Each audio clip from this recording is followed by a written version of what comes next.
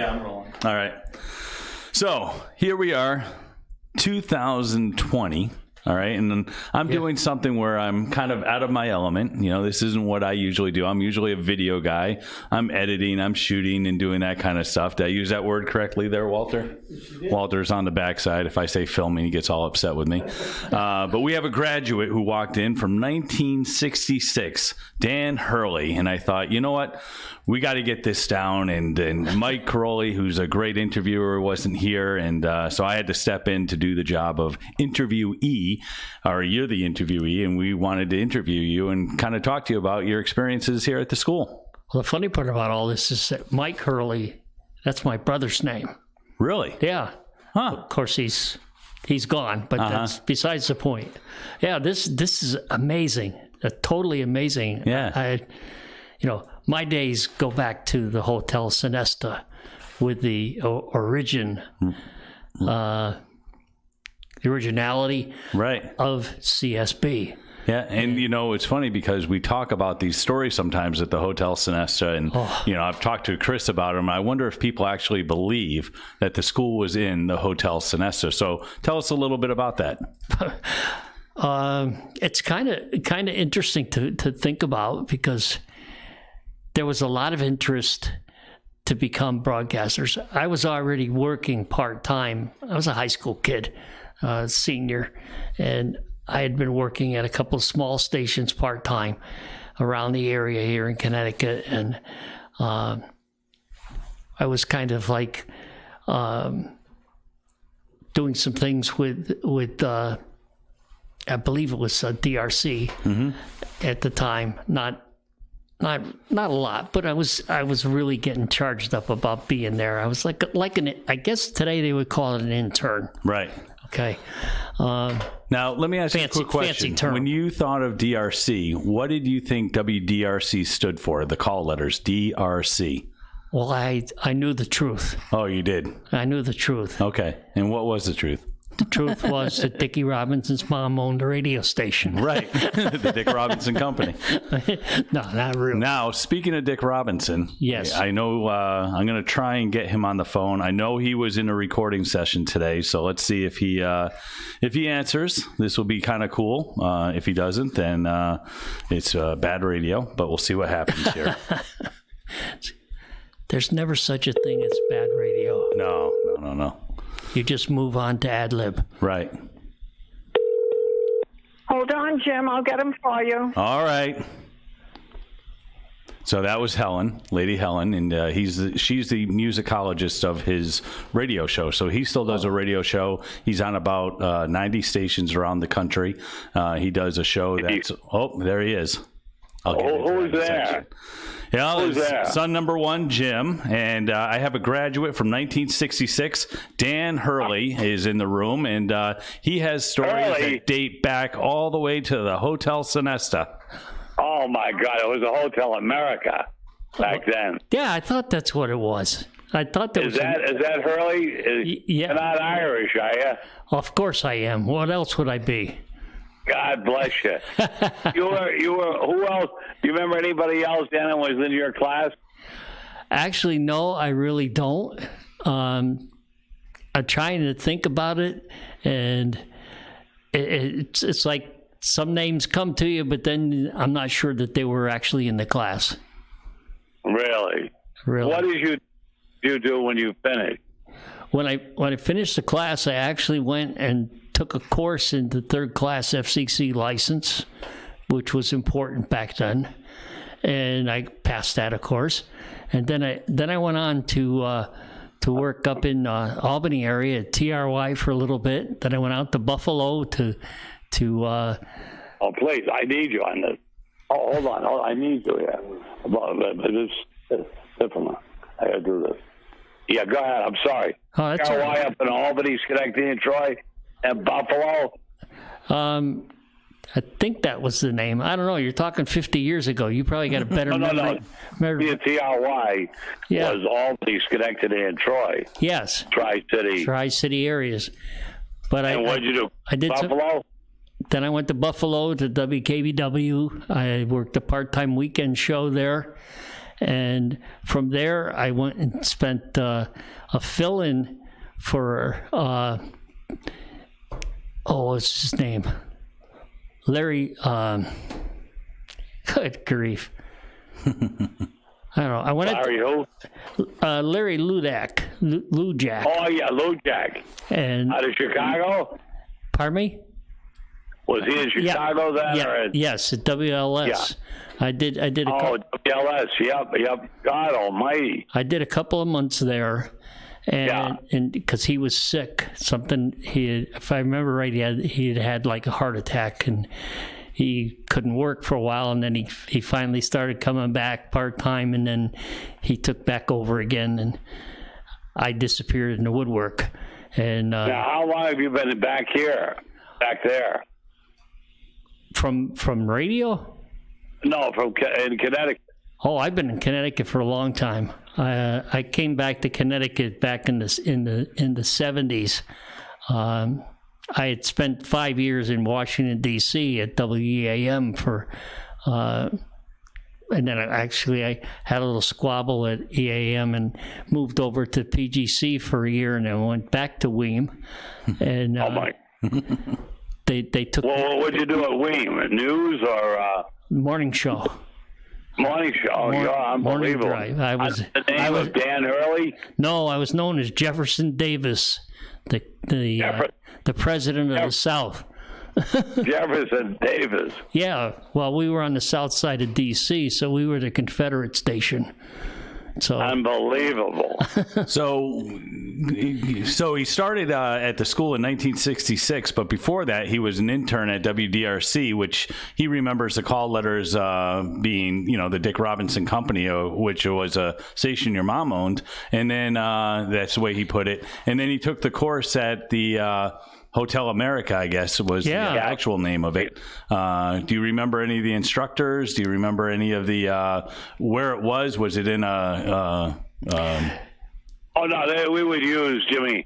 We would use a hotel, but also we'd use the studios of WDRC. yes, Out in Bloomfield. Yep. Wow. It was pretty awesome back then.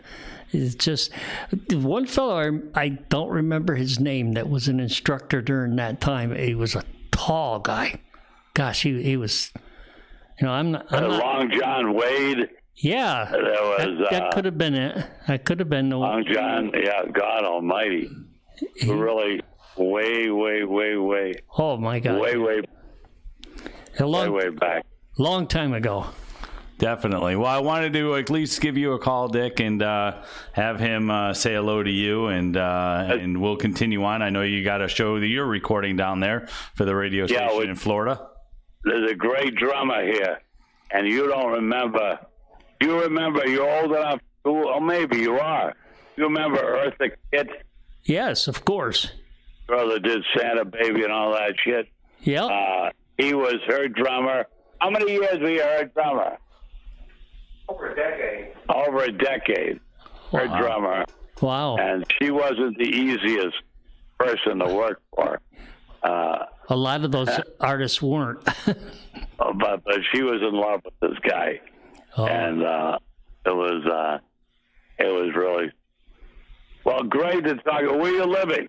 I live in Plainville, and I'm retired totally. Retired? Yeah, I'm retired. How old are you now? 74. I'm older than you. I'm 82. Well, we kind of figured that out. It got to be 80. I knew you were older than me way back when. So. Oh, I know. I was always older than you, Dan. I know. What was that name was that Southern name when you were down there in Jefferson Davis? Jefferson Davis. I love it. Yeah, President of the South. Yeah. And that's because that was because Weem was in Arlington, which was the southwest corner, of DC. I remember it very well. And then PGC, which was over on the north east side. So those two who were always in battle, like DRC and POP, were supposedly battling for #1 rock station in the town. Weem and PGC were both always in a battle for position, but the thing was that Weem was strictly just an AM station, and PGC was a daytime AM with a 24-hour FM. And of course, that was by the time I started down in there, working down there, it was the FM stations were starting to rise up, and it was starting to become an FM world. Unbelievable. I'll be back within the next month. You're in Plainville, right? Yes, sir. We got to get together. Oh, I love I got to get Howie here before he ups his drums. And it gets, don't you fall. There's no insurance. Pardon me? You guys, it's great to hear from you, Dan. Hey. And healthy. We hear your show on JMJ quite often. Oh, yeah. I listen to it. I enjoy it very much. I remember the days of listening to you as a young pup in the world of rock and roll, and it was. I got to thank you for those days because you gave me a great life. Thank you. Well, God bless you. I didn't give you a great life. Yeah, you did. Power you gave me the path. You opened the pathway. So we'll reconnect. Yes. When I get up there, and thanks so much for calling. And son #1 will take care of you. Okay. Right. Definitely. All right, Jimmy. All right. Thank you so much. Bye-bye. So, little reminiscing there with Dick. So, tell us a little bit about your experience at the school when you came in 1966.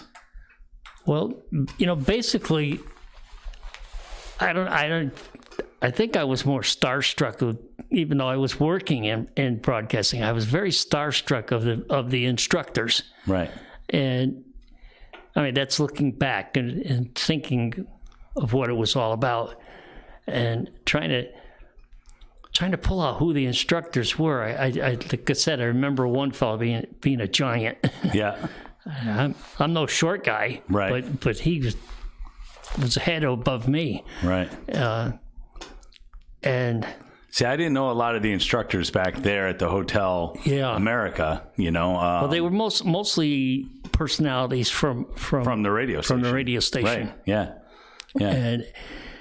And basically, when we went to whenever we had a class at the station, it was the techs, the engineers and stuff, the staff of the station. Was Walt Pinto a part of it?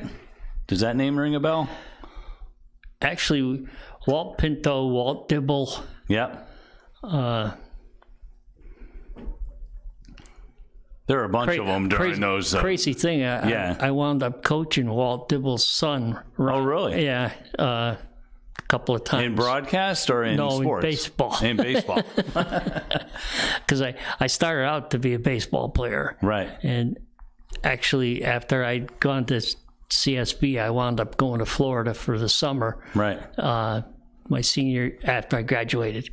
Well, I didn't actually graduate because I went to Florida ahead of time to play ball with the Red Sox for the summer. Oh, wow. And they did even summer or spring training down. Well, I went to rookie ball. Yeah. And I did okay, but, it wasn't hard to read the tea leaves. I mean, there were guys there that made me feel like if I hit the ball 400 feet, they were going to hit it 500. Right. I mean, it was crazy. It was like guys a lot more talent than what I had, and I knew that I wasn't going to go anywhere, so I better go back and sharpen up with the broadcasting. So during your time broadcasting, what was like one of the most amazing stories or thing that you did along the way? What was one of your favorite memories of broadcasting? Oh my God, there's so many good things.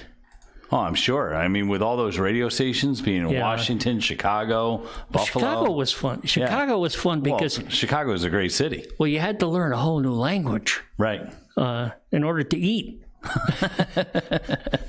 Except for if you like steak, you were all right because people understood you when you said you wanted a steak when you went to a restaurant. Right.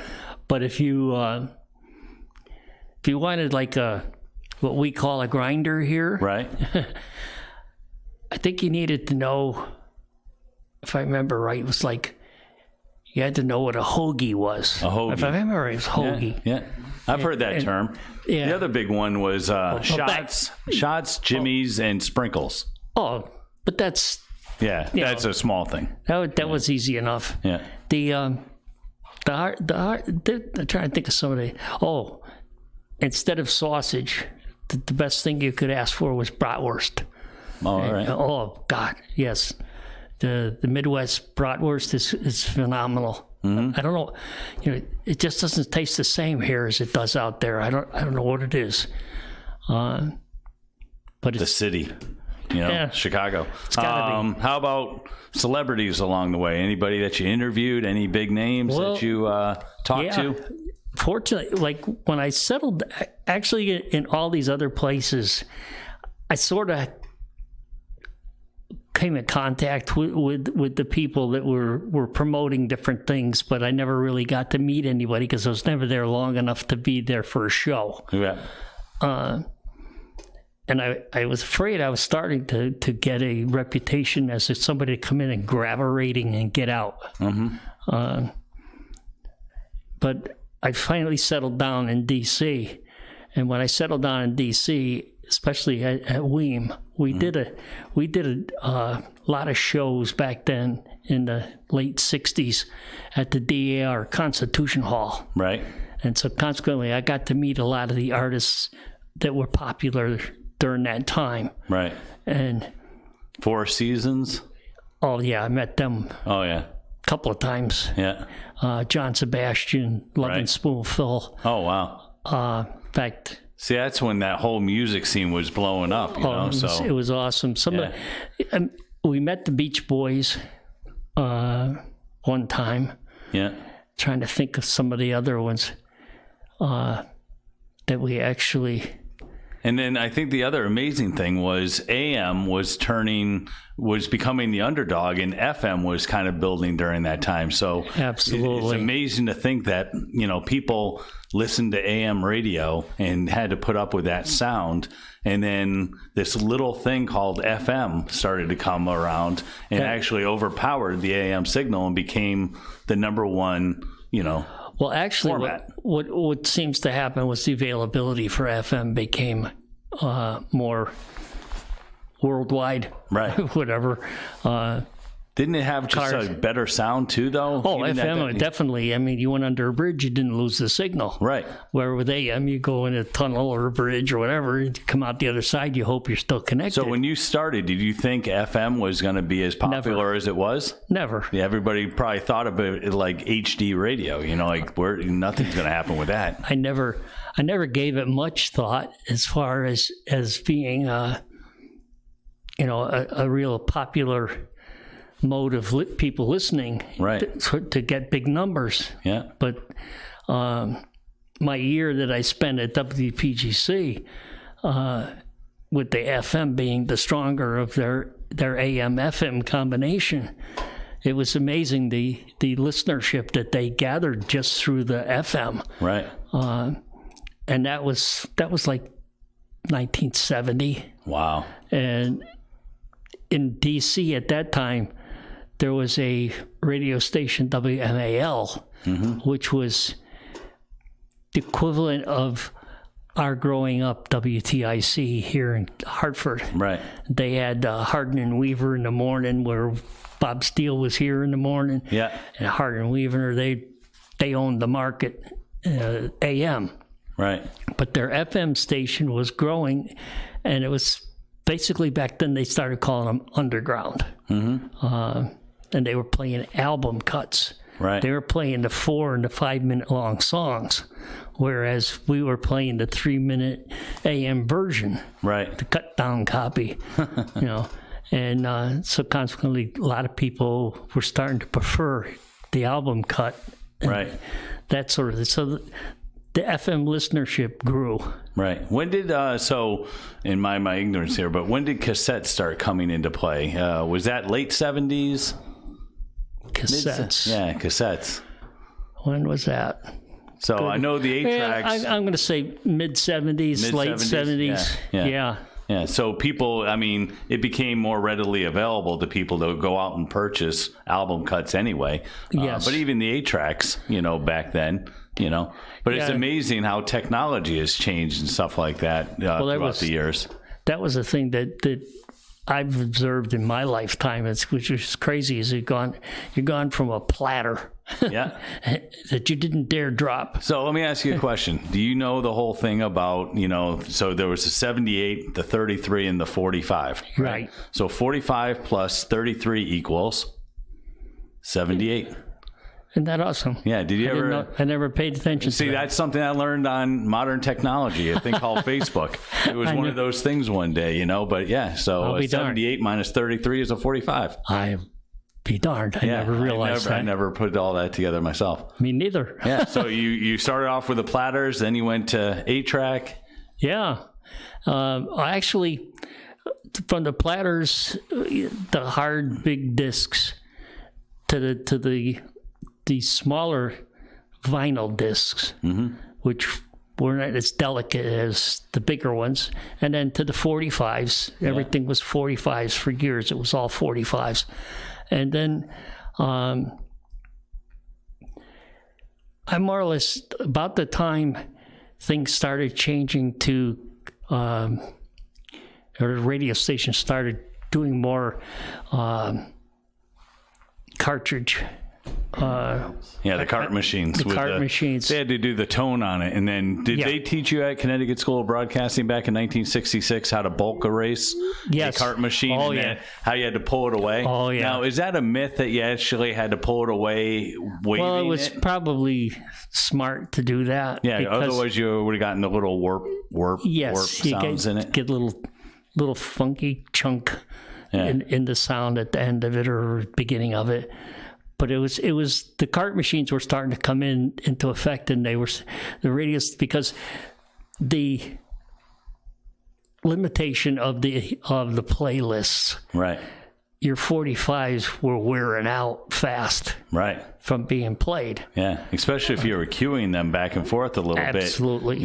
And that was going on a lot. The fronts and the backs were getting pretty whited out. Well, when you were working at the more music stations, the ones that were yelling, we're playing 25 in a row or whatever. Yeah. You were backing records up to each other, and you were constantly queuing everything. Now, how many record players did you have going down? Were you still playing commercials on LPs or on? No, they were most commercials in my time were done through carts or through an Ampex machine. Yeah. The big old tape thing, and you had to cue it. Because Dick's reoccurring nightmare is not being able to reach back far enough to the turntable in the back, because he would have 7 or 8 turntables. Because he would have to go from a commercial to a jingle to himself talking to the next actual record coming in. Yes. And did you have to do the quarter turn back? Once you had something cued, you had to bring it back a quarter turn so you didn't get the well, you listened to it and found out whether or not you needed a quarter turn or not. Right. But that was kind of like the gauge that you worked with was maybe a quarter turn. And were you steady enough to keep your hand on the side of the vinyl so you could just release it? A lot of times. Yeah, pretty much. Yeah. Then there was always the trick of when you were bouncing off the record or putting a quarter on top of the needle. Yeah. That one worked, but then that ruined the. Could you imagine that now with all these MP3s? Everything's now all computerized. I mean, it must be something to be walking back into the schools and see how it's all kind of changed from. Well, that's what I got out of broadcasting in like 74 was my last year of actual radio broadcasting, and I went to owning tractor trailers, and I drove tractor trailers all over this country, and I pretty much made a career of that. And I'm one of those people that can now say God bless Jimmy Hoffa because I have a retirement that's really cool. Yeah. But I wouldn't have if I'd stayed where I was, because anyways, that's history. But during the time from passing out of broadcasting, I stayed with playing music and became like a mobile DJ kind of thing, occasionally doing weddings and parties for friends and stuff like that. And even to the point of a few years back, I owned a dance hall with my late wife, and we played a lot of music. But I've watched the transition where I went from having hundreds of records and having to take hundreds of records to a show and playing them on turntables and have to dig through to find the song that somebody requested, to CDs. Right. Now, CDs didn't really speed it up all that much. Right. From hunting albums. So the next best thing was converting them to MP3s. Oh, yeah. And coming up with a means of software or whatever to play them through your computer. I think one of the first ones was PC DJ. I don't know if you... I had PC DJ. I had virtual DJ, which I use now. I had... I had a different one too. I had several of them. Yeah. Now, Atomics. you take a company like Rain, right? Yeah. Rain was a huge company back in the 70s, maybe a little bit into the 80s, but I think they were trying to find their way. And then all of a sudden, because of MP3s, they invent this thing called Serato, which has become the biggest piece of software for mobile DJs today, and it's reinvented that company. It's an awesome piece of software. It is an awesome, because you not only get to play the song or play with the record, play the song, do skipping back and forth if you really get into that. Yeah. But it has the capability of showing you a lot of information about a particular cut. Right. Where the other ones don't show you quite that much history and information. You see, that's cool. So you've been right with it all along. Moving along. Yeah. So what did you think of the school walking in after whatever? This is amazing. Yeah. This is absolutely amazing, and I would have to say to any young person that's interested, old person, I don't care. Right. If you're interested in broadcasting in any particular realm of it, whether it be radio or TV, that this facility, it has what it takes to teach you what's happening. Yeah. And it's really, I'm amazed at how up to date everything is. It's beyond my technology. Well, if you know Serato and all that stuff, well, I know of it. I will say I'm amazed that you followed it all the way along to Serato and know Serato as much as you do. I mean, that's great. Well, I've prided myself on staying alert and available, and occasionally, occasionally, have come and asked to do parties and stuff. Yeah. But I've got myself now down to the point where I'm not new. I'm far from new.